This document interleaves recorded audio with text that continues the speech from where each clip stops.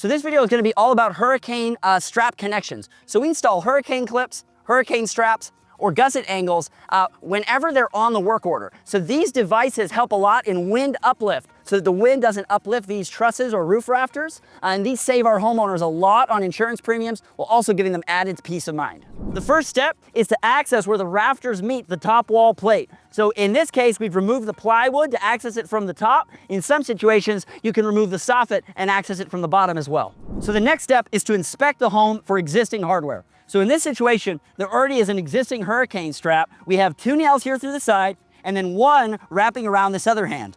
Right here, it is embedded into the block wall. So this hurricane strap would be in okay condition. We would inform the project manager and inform our homeowner that they didn't need to install new hardware in this area. The next step is to determine what kind of wall plate you have, whether it's concrete or whether it's wood. This is going to determine the type of fastener that we're going to utilize. So in this situation, this is a concrete top wall plate, so we would use concrete fasteners like we have right here. If it were wood, then we use special wood fasteners for that.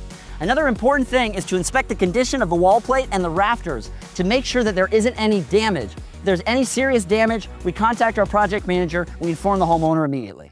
So the next step is to install the actual hardware itself. Now, in the case of hurricane clips or hurricane straps, we would install it first into the side of the top wall plate, and then with nails into the rafter right here.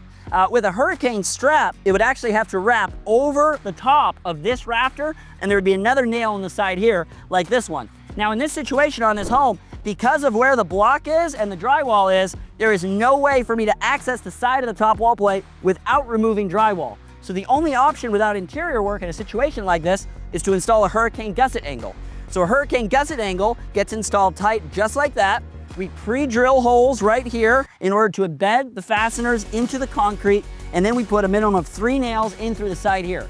Now it's very important with any of these that we are tight to that spot right there with no gap there at all. That is the key in order for there to be wind resistance, is that there is no gap between the hardware and the rafter itself. So when we're all done, we finally take photos with the permit paper and the new hurricane hardware. This is gonna get inspected by wind mitigation inspectors and by other city and other inspectors at the end.